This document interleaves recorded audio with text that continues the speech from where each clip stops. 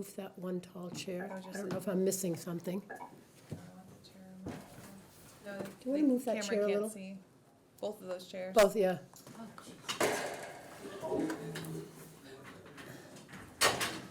There you go.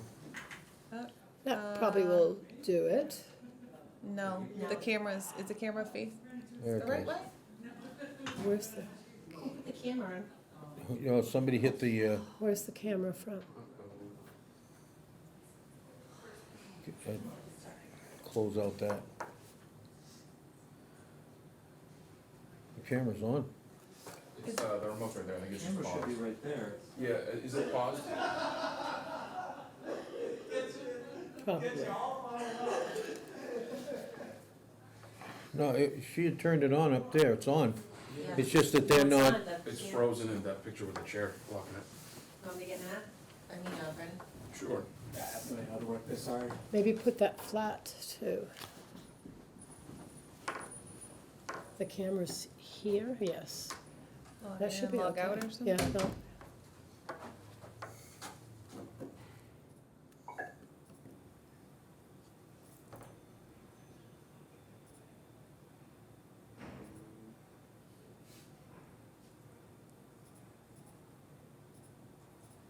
I think you have to double click on There it. you go, There we it is. got it. There you go.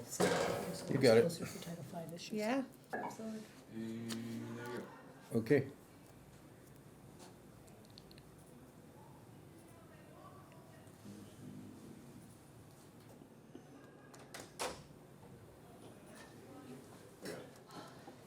All good? Thank you. Oh, you fixed it? Yes. You fixed it, thank you. All good. Opening the Board of Health on May 1st, 2024, 5 PM. After, excuse us, we had a little bit of technical difficulties. And I'll roll call vote. Jillian Morton, Oh. present. Patrick Tropiano present, And Amy Vigant present. and the health agent is present as well. And, Yeah, yes. and our associate members are not here yet. One is not coming, and Mr. Perry is coming a few minutes late because of an accident on the highway.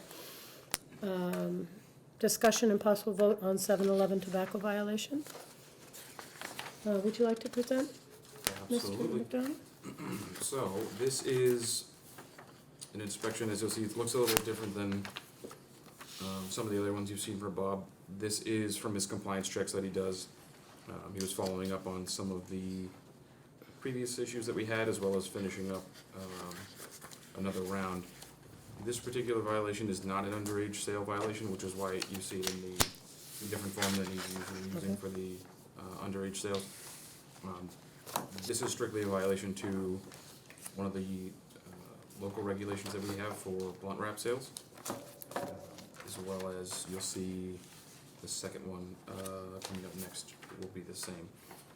So this is just part of the compliance check, so Bob went through, checked the products that they have, made sure they have proper signage, and went through his whole checklist and found that they were selling these products. And it is similar to the other problems, the same pricing Correct. Yep. for violations? Yes. And is this the first? Do we have the This will be a third. third?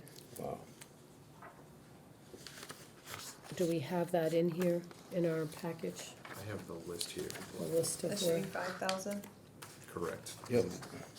So under the unified fining structure, 3 or more occasions within 36 months is $5,000 with a suspension for 30 days. I do recall this individual being at the last violation as well. So unfortunately, we're bound by the regulations to probably recommend to make a determination for a $5,000 fee and 30-day suspension from sale of tobacco. Can I ask a question? Did they pay the fine the last time? They have not. So They are outstanding. they haven't even paid the last time. How many days, and that was a month ago? 6 weeks ago? Yeah, probably 6 weeks 6 ago, weeks that's what ago. I'm guessing, yeah. And they usually have a month to pay? Is that the, There's no time frame set in the regulations, only that if they are not current at the time of renewal, that we don't renew. I think we need to look at that on a future agenda Mm-hmm. as far as That would be- timeframes and add it to the regulations somewhere along the way. And we put it back on in the future agenda and talk about it. Yes, that would be perfect if you could note that. Also, it would be nice, like we had last time, to have the list of where the violations are at, which person has had, which tobacco sales facility, where, if this is their first, second, or third violation, or if they've had no violations. That'd be great. I can So, have my cheat sheet if you like. Oh, yes, that would be, yeah, if you have it there, that's great. and we should make a warning to them. Are they here? Is anybody here representing 7-Eleven? I don't see I anybody. don't see anyone. See, we need to, Patrick, I'd like you to notify them that this is their third offense, and the next one, they'll be losing their license. Absolutely. They all were notified, they all signed for their notices, so, Yeah, but you know what happens now is this is imminent, correct. you know, so if it's imminent, we should make the extra effort, I And think. how do you notify them?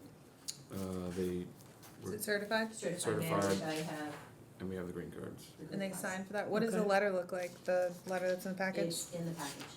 Alright, yeah, it's probably my recommendation, we need to send a letter. I don't also know, and maybe Patrick, can we enforce a deadline to, We can't right now because there isn't one in the regulations, so but we can use reasonableness standard? yeah. I would say a month to pay the back fine and pay this $5,000.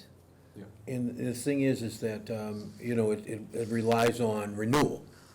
In other Right. words, you just don't renew their license But if it they also don't pay. does allow in our regulations to let us make enforcement, so Yes. Yeah. we I do don't have- think that's outside the scope of our No. jurisdiction.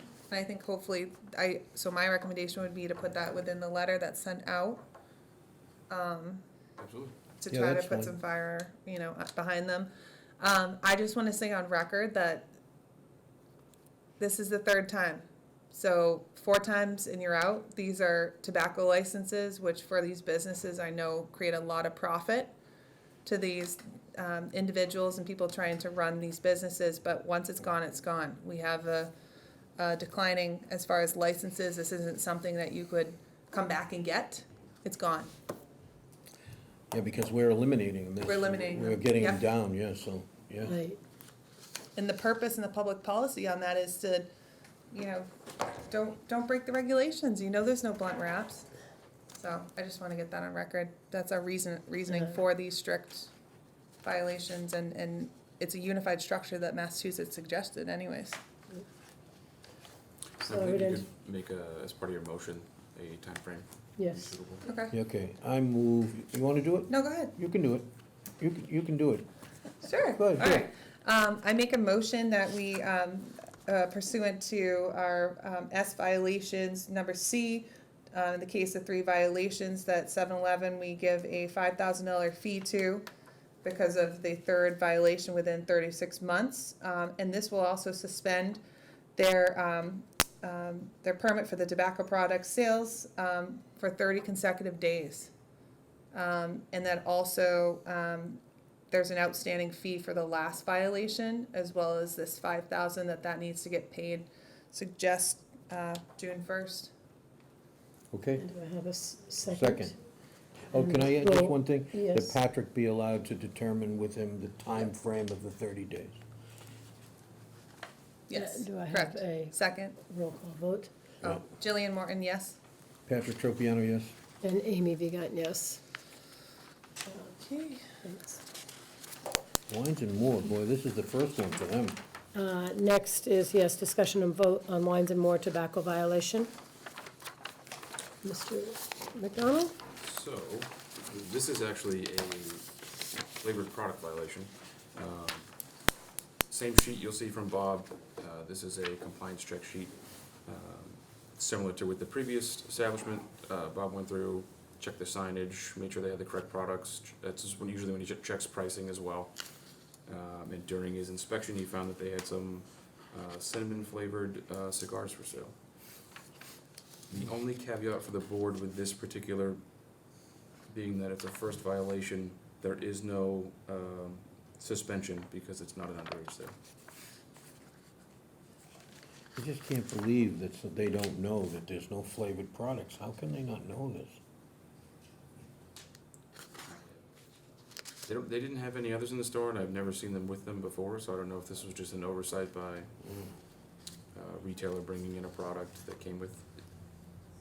It looks like they were branded with a particular popular alcohol, so I don't know if they came in with the product and maybe that Oh, was just a maybe they mistake. did. or Wasn't there a something. recent, they Oh. tried to vote it for the whole United, I mean, there was a huge vote recently. And I think it was in the federal government trying to, it didn't go through, but they tried to So take them away all the way. Patrick, it was branded with this, okay, so I know where you're going with that. So that's the War of the Wary, you know, it's likely Fireball whiskey is assuming what it is. Correct. So, any liquor stores that have, licenses for this to be wary of any sort of promotional products. I know Wines and More does do like different promotional products and things like that, but, you know, as far as, well, again, we're under the regulations to make this judgment. And you said no suspension, but just a fine? Correct. The 1,000. suspension for our first violation is only for an underage sale. Okay, Okay. so is it 1,000? Is that, okay. I make a motion to, issue a violation of $1,000 to Wines and More for the sale of, the flavored products, specifically cinnamon flavored cigars. And, you know, again, just to, this isn't in the motion, but just to be wary of those sort of products that come into place, so just $1,000, fine. Second. Yep. And roll call vote, Jillian Morton, yes? Patrick Tropiano, yes? and Amy Vigan, yes. Okay. Was there anybody, I think we did not ask if anybody there wanted to speak from Wine and More? Is anybody here Didn't see from anybody Brennan? joined. I only saw, I Saw believe. Sandy. Yes. I am here from Winsmore, Oh. Matthew Benoit, the Director of Operations. Oh, Hi there, I'm sorry. I'm sorry. I'm sorry, I didn't ask you before to speak. I didn't realize somebody was here from Wines and More. Yes, yeah, so we do apologize, it was completely an oversight. The 3 cigars that were pulled, one was that Fireball cigar, mentioned, a couple others were, they're called acid cigars. None of them were branded or packaged with flavored, any kind of connotation. But as we kind of did a little further research into those items afterwards, we did find out that they're infused, so, we are taking responsibility for it. The product has been pulled off the shelf. So we obviously will not have any further incidences of this, and going forward, we'll be vetting more carefully our tobacco and cigars. awesome. Thank you. Oh, I just have a question for you, Matthew. Do you receive a lot of that within promotional materials and stuff, or is this more of kind of like a one-off, or happens very, rarely? Yeah, so they happen very rarely. This was just one of those items that the cigar company that we procure from, offered it to us because, we're a liquor store company. And we did not see that it was flavored or infused, until the health inspector visit. So, we went through the rest of our cigars again. We went through, on the back end, from the, manufacturer's, websites, just to make sure that nothing that, you guys said was okay. We just wanted to, kind of cover ourselves there. Appreciate you taking responsibility and being here and vetting all those, and, that's what we want. Appreciate it. Thank you. All right. You know, what's nice Thank you. about that is they step up to the plate, they say they made a mistake, and they're gonna do something to make sure it doesn't happen again. Yep. You gotta like that. Yep. That's what you wanna hear. So, thank you, Matthew. Thank you. Next is Brennan's Smoke Shop tobacco violation on April Is 13th. anybody from Brennan's here? Before we forget. We just, I I won't forget, don't think yeah. there's a waiting room for this, so if Okay. there's anybody. Yeah. All right, Um, so they're not and here. Okay, that's Mr. fine. McDonald? Uh, Any As you comment? see in your packet, this is the sheet that we're more used to, from Bob. This is the underage sales sheet. Bob went back, again, same list, he went back to double check on all the retailers that had previous violations. Brennan's being one of them. And they made an underage sale, unfortunately. And how many violations have they had up This will until be now? his second. The problem is they haven't paid their fine yet either, have they? Correct, they are also Another one who hasn't paid the first fine. Was that here on the, Which part? was that documented here? Was that you just knew it? I just knew. Oh, okay. I just The knew. I thing I didn't see it, that's I why. asked the Wanna question say- tonight when I went in. Oh, yeah, okay. About this that I'm most disappointed about is the fact that it's the exact same thing he had the violation for last November. Yep. That's what frustrates me. We're not trying to be cops here, we're not trying to, but you were told in November it was inappropriate to have this, and you look it back, I have in your packets, I'm not sure if you have our hearing back in January. It's almost the exact same thing. Game Silver Suites, the 531, sale made, I mean, that's just blatant disregard for the violation, in my opinion. I agree. The unfortunate circumstance, not in defense of Brennan's, but in note, they installed the system, they're trying to be more restrictive with their IDing, but in the note, you'll see that it would appear that maybe the clerk manually entered a date, they just asked for a birth year, so I don't know if they overrode the ID checking machine by just entering the year. I know that last time I spoke to them, they were trying to do more, so it seems like it might have just been an unfortunate choice. Well, I'm with Julian. This is, you can't be doing the same exact thing twice in a row. I mean, this is just, I just recall last time that they were pretty abrasive on our end, and, we're not trying to, again, it was be just cops 6 or weeks anything, ago. but, It wasn't that long ago. It was just 6 weeks ago that we had them in front of us. So, Well, it's certainly, if this continues, I mean, once you have too many violations, you lose your license, so warning that they pay attention, and now that they do have a system in place, that they use their system all the time. I would entertain a motion. I don't know if this person is, okay, I move that we. well, is that, just double check. is joined, yeah. Did somebody just, okay. Is there anyone here for Brennan's? No. Nope, okay. All right, I move that we institute the second offense fine, which I believe is $2,000, Yep. and a 7-day suspension, I Correct. believe is also had to be had. That they have 30 days in which to pay both fines that are due at this point. Both fines have not been paid, so. And a second, Second. and roll call vote, Patrick Tropiano, yes.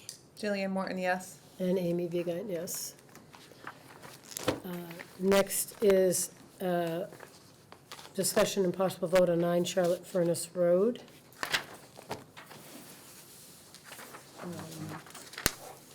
Mr. McDonald, would you like to? Absolutely. And I don't know if maybe this person is here for this hearing as well. I will hand you copies. Is someone here for 9 Charlotte Furnace Road? Looks like, yeah. Yes. I am. Yeah. Jamie Bissonette, I'm the designer lead. Great, thank you for coming. You just wanna pass these down for me? These are rather large and very thick. Is it a treatment plant? Pretty close. Yeah, well, I mean, you get so many units on it. Yes. So this is 9 Charlotte Furnace Road.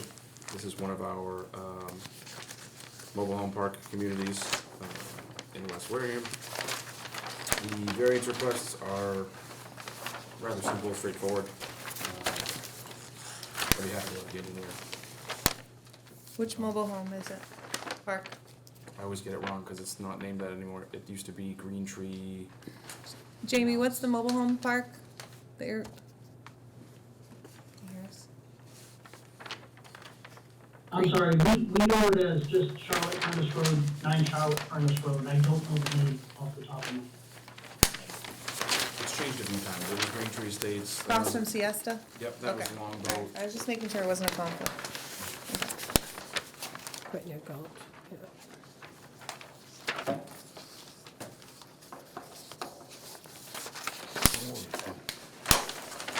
Jamie, would you like to present? Oh, certainly, I don't have anything,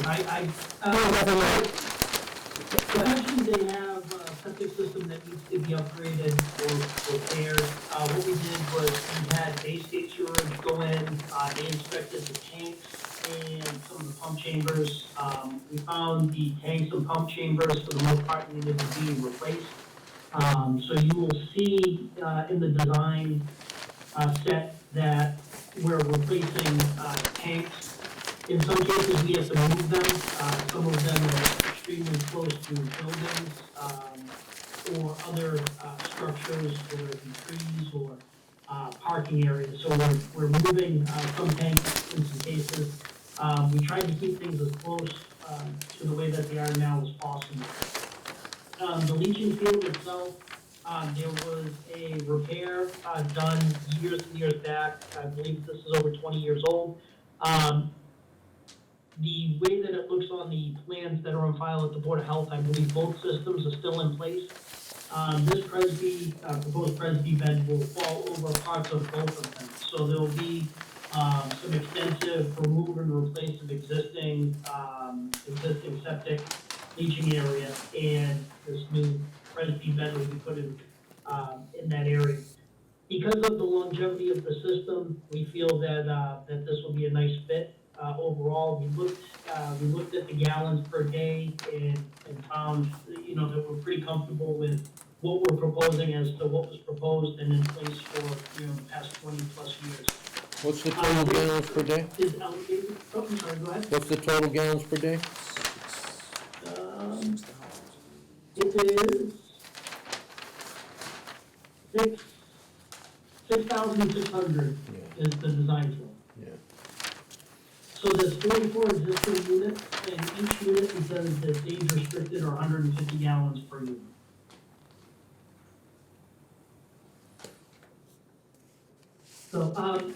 So because of the longevity of the previous system, and based on the fact that this system will also be elevated higher, because not only groundwater separation, but also groundwater mounding that was done, since the system is over 2,000 gallons a day, we feel that we should have good success with the long-term acceptance on the system. We also feel that this provides a lot better treatment, being an IA system, with us also having proper tank sizes, nice new tanks, and effluent filters.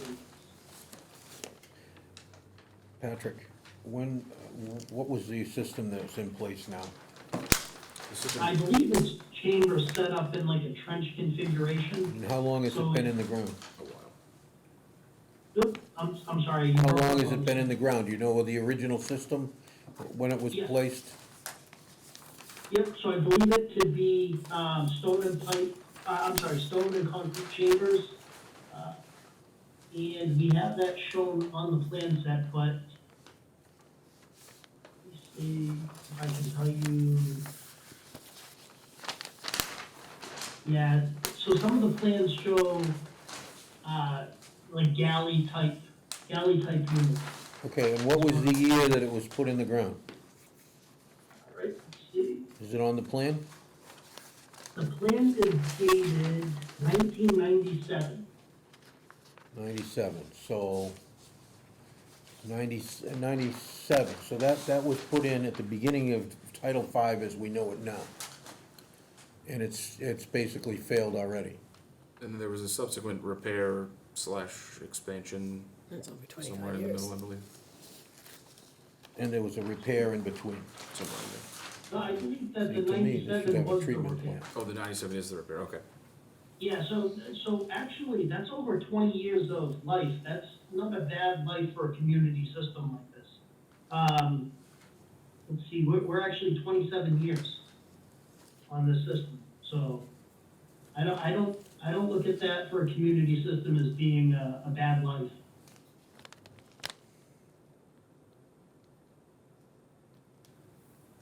Why didn't you go with a package treatment plant? Wasn't warranted necessarily. You're talking about like, some type of an advanced treatment with smaller bed.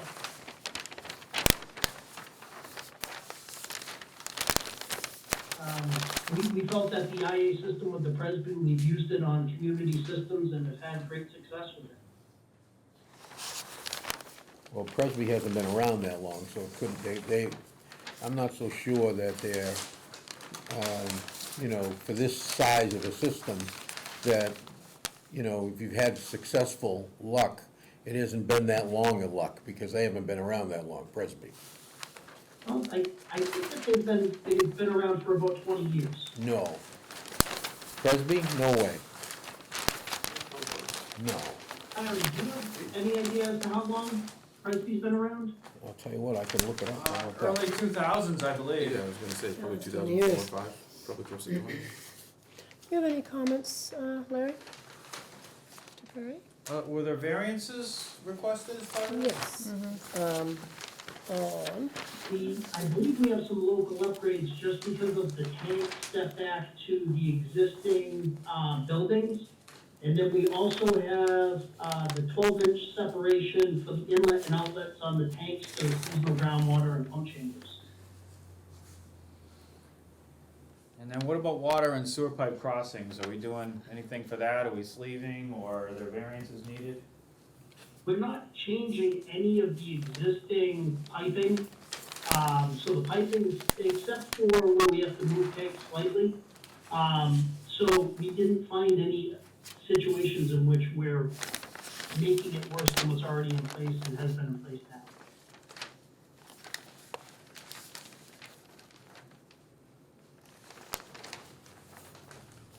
Is it in a nitrogen sensitive area?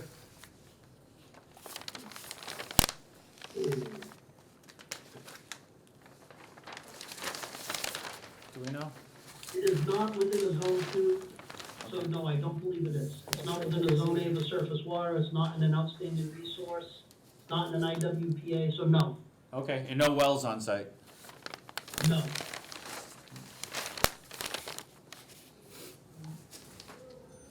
you have this page, right? Right. Yes. Yeah. I So don't have any just some of the further questions. setbacks, yeah, just some of the setbacks on some of the mobile homes. Didn't seem like it was a big issue.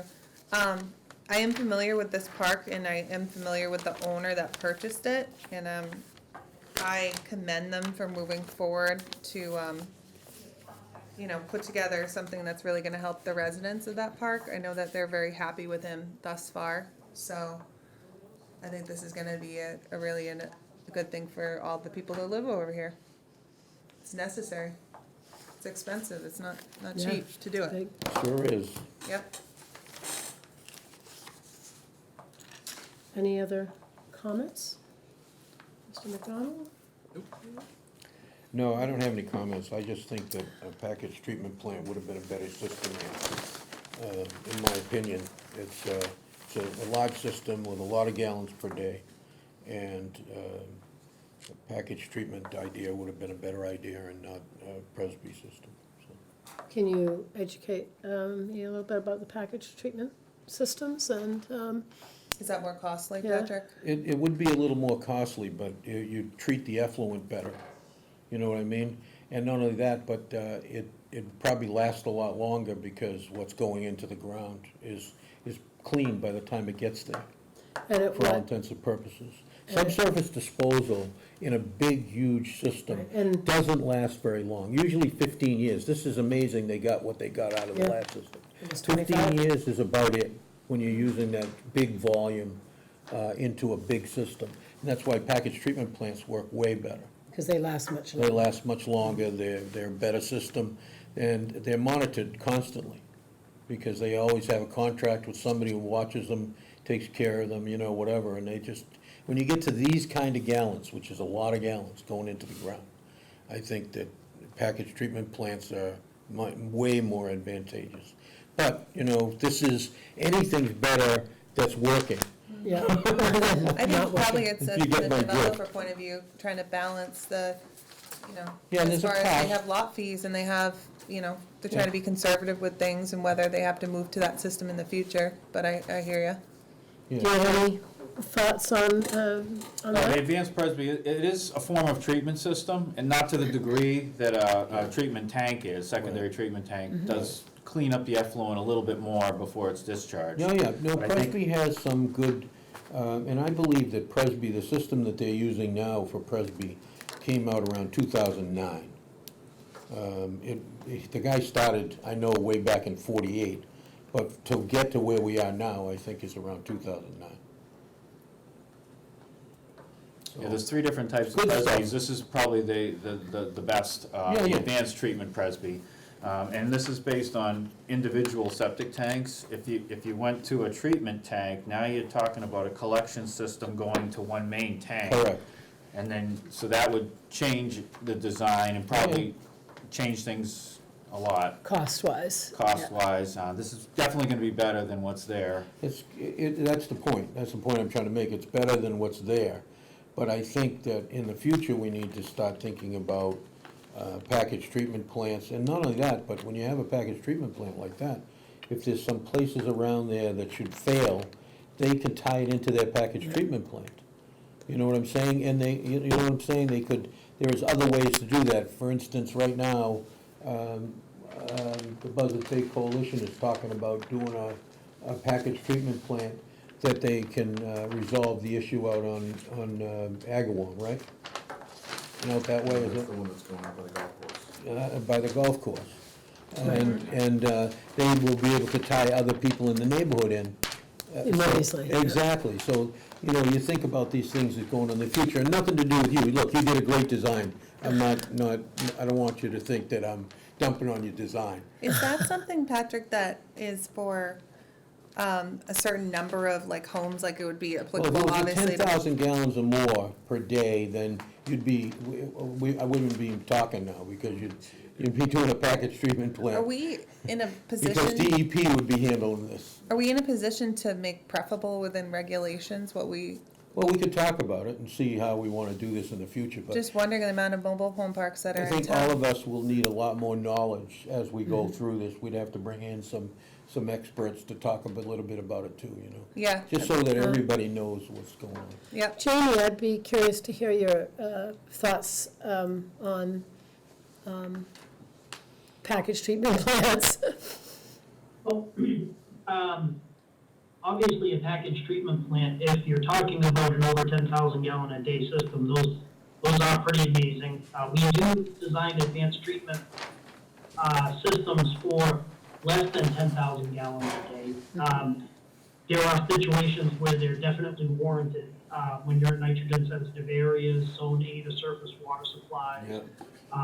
You're really close to wetland resources. wouldn't be There can talking be about that. some situations, also if we needed to reduce the size of the field or separation of groundwater.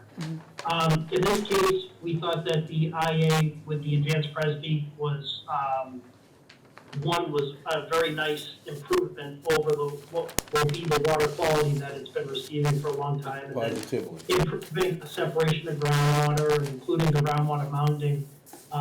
We think that this is gonna be a really good fit, and it's also, while it is extremely expensive, it's not nearly as expensive as the advanced treatment would average.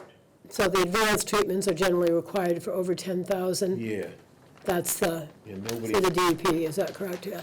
I don't think anybody would accept a 10,000 gallon system that wasn't packaged. DEP gets involved with anything over 10,000 10,000, gallons anyway, okay. so. And I think, again, this goes back to the buyer who is trying to not make it this exorbitant costs, Oh, I'm you know, sure. to all the lot fees. You see a lot of mobile home parks getting sold and then their fees doubled. But everything I've heard from this developer is that people really, you know, are happy with them. So you can relay that, Jamie. Thank you. Yeah, Thank you. This does I would- involve a lot of septic tanks, so they're gonna have to pump all these individual tanks and clean the filters, so that's the trade-off, I think. Whereas if you had one big treatment tank, then you'd have an O&M contract where all the solids would be going into that one place, and they'd have to have a collection system. So it's kind of a trade-off. Either they're gonna be doing maintenance on all these multiple tanks, or just one big one. Gonna be cleaning a lot of Zabel filters, that's all I know. Yeah. And that's a pain in the tail, as you well know, because, you know, I see it all the time. You put in a system nowadays, and they put these Zabel filters in, and 3 months later, you get a call, and their stuff's backing up in their house, because they never, ever thought of looking at their Zabel filter, and you gotta hose it The out to make problem, sure yeah. it's not backing up. And so, now, look at how many Zabel filters we're talking about. I'm sure this sort of system will employ somebody many hours every month looking at it. So I would entertain a motion. He hasn't done a motion. All right, I'll make the motion. I'll make the motion. There's no variances, right? Yes, there Okay. is. There's a few. Is there a list of Yes. variances? Yes, right in here. See the variances. Do you want me to do it, Yeah. Can Patrick? let me peruse the variances before we go. Before we go, I didn't notice them. I didn't have the sheet, so I didn't notice them. Which requires setback between proposed septic tanks. Okay, this is, yeah, these are all slabs, so there's no problem. Of the tanks, these are all slabs. I'm fine with this. Okay, go ahead. You can make it, Jillian, if you want. Sure. I make a motion that we approve the 4 variances requested within the March 7th letter to the Board of Health, which include reduction of the required setback between proposed tank and slab foundations for units 63, 65, and 69, in 10 to 7, 10 to 5, 10 to 5 respectively on those variances, as well as a reduction of the requirement of 12-inch separation between the inlet and outlet tees of the septic tanks servicing units 29 and 30, 31, 49 through 53, 54, 55, 56 through 68, and pump chambers in high groundwater, provided all booths or pipe joints are sealed with hydraulic cement or installed with watertight sleeves and the tank is provided watertight. Per. Second. Oh, Yes. And a roll call vote. also, I can't read your handwriting. Needs a recorded deed reference. Also, we need a recorded deed reference amendment to that I just said. Okay. Okay, second. And roll call vote. Jillian Morton, yes. Patrick Tropiano, yes. And Amy Viga, yes. Thank you, good luck. Thank you, Jamie. Thank you.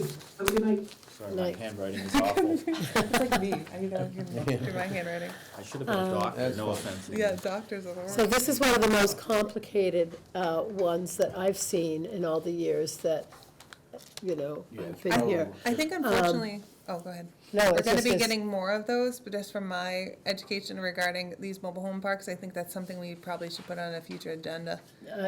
Because there's gonna be a lot of Great. sales and stuff, and there already has been, frankly. And we can, So, there's a huge population here in Wareham who live in mobile home parks, You and know, they should have the same, You know, services and, That's correct, and a lot of these parks are getting, they have the right of first refusal, a lot of the parks are buying them outright. Yep. And just not to make it a bad thing, I think it's a good thing that the people are interested in taking care of it, but they're also in the business of wanting to save money for themselves too. So, and as you know, sometimes those two things clash. right, yep. Yeah, it's always better when it's an occupant-owned trailer park, because then there's, Pride of everybody ownership. has, yeah, Yep, just like rental versus owning. definitely. Yep. And I believe there's only a handful, this being one of the exceptions of our 17 some odd trailer parks that wouldn't be on sewer anyways. Majority of them are on That's sewer. good news.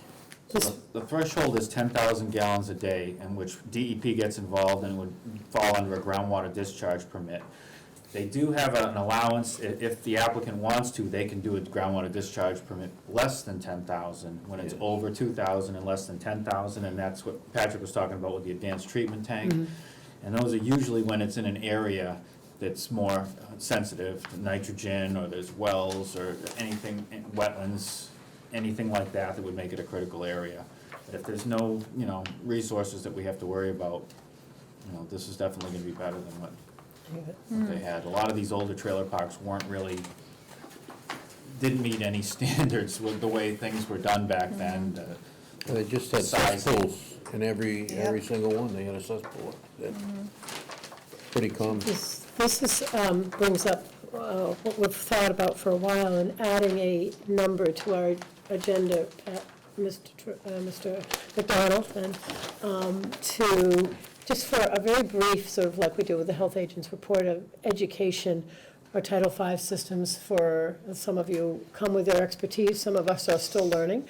And it would be nice to have every time a little section like we did just now and learn about something on it. If we have time that day, maybe we could just add it.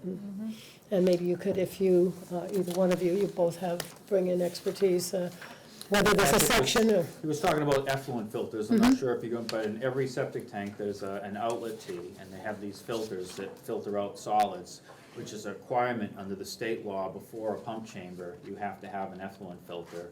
Some towns have adopted it all the time, but it's not necessary. It saves your septic system if you can keep as many solids as you can in the septic tank, but it's always required before a pump chamber. So there is a lot of maintenance when you have multiple tanks with multiple filters.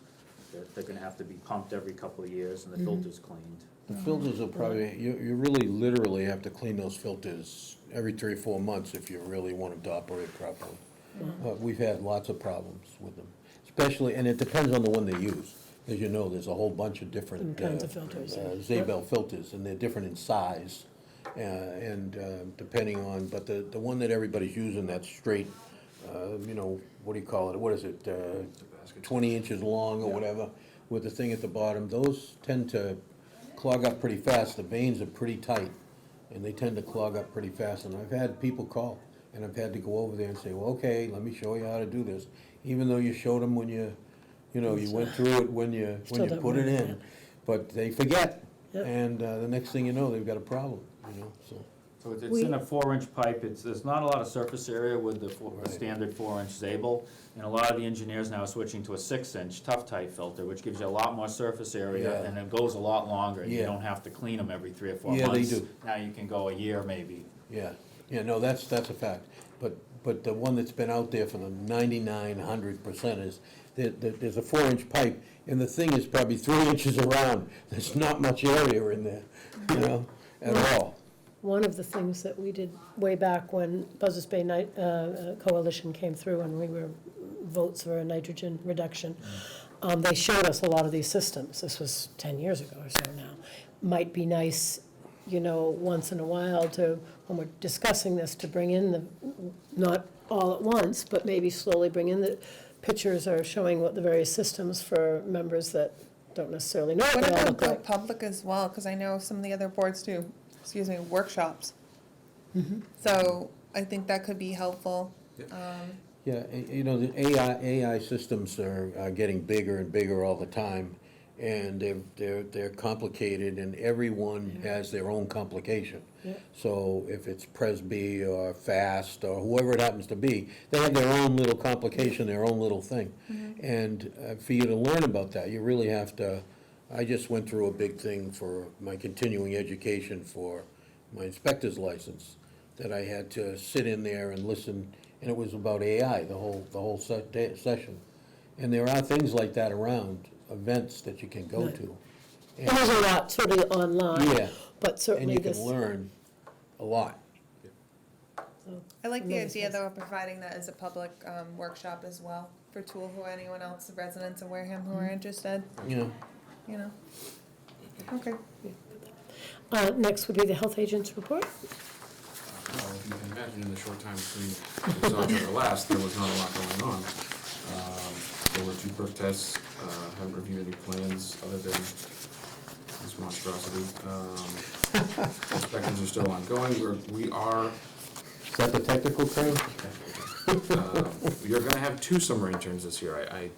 In our last meeting, I knew there was an opportunity for multiple, and I hoped we'd at least get 1, but we're gonna take 2 this year, in hopes that might alleviate some of the running around that we do all summer long.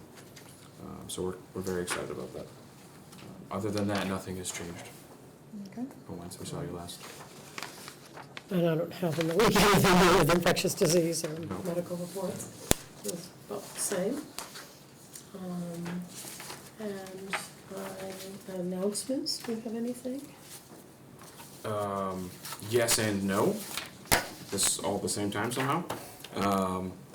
I have accepted a position. I won't be leaving town, I'll still be here, but I'm gonna be a full-time shift commander captain at Onset Fire. Congratulations, it's in- exciting. Thank you. Exciting. Jeff. It's slightly old news, I've already been on shift quite a few times. I'm in my rotation, so I will be here part-time for the foreseeable future. Whatever Derek cooks up in the front office up there for an idea, we'll certainly let the board know. I don't have any, you know as much as I do at this point as far as that goes, though. Okay. We are, certainly the board is, helps in looking for a new agent, and it really depends if you want to stay. It depends what It's he all up to ends up, Derek if at he this point, stays yeah. part-time, and he'll have to make that decision before we 100% look for somebody, whether it's a full-time, 40 hours versus part-time, so that's part of the,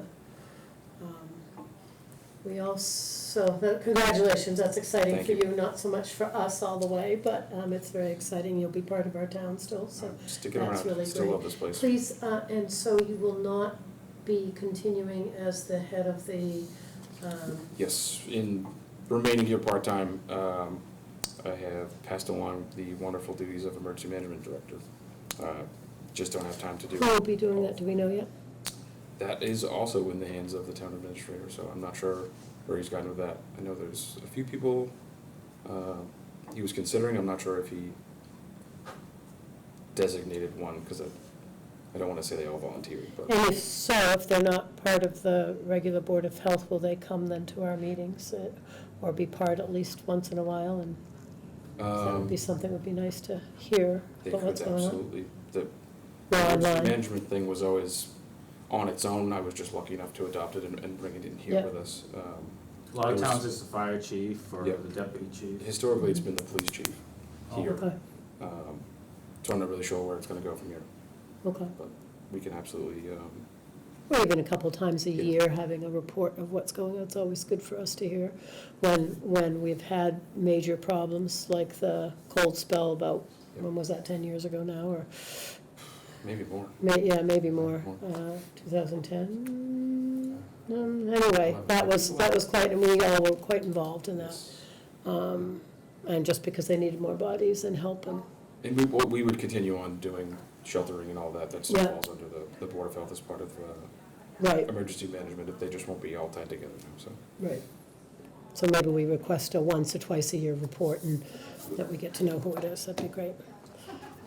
We also have someone listening in today, maybe, which, Susan Dory, would you, I think she is coming because she's interested in being an associate member. And, yeah. Excellent. Would you like to, does anyone have any questions for her? Do you want to, no? Yep. You know the pay is terrible, right?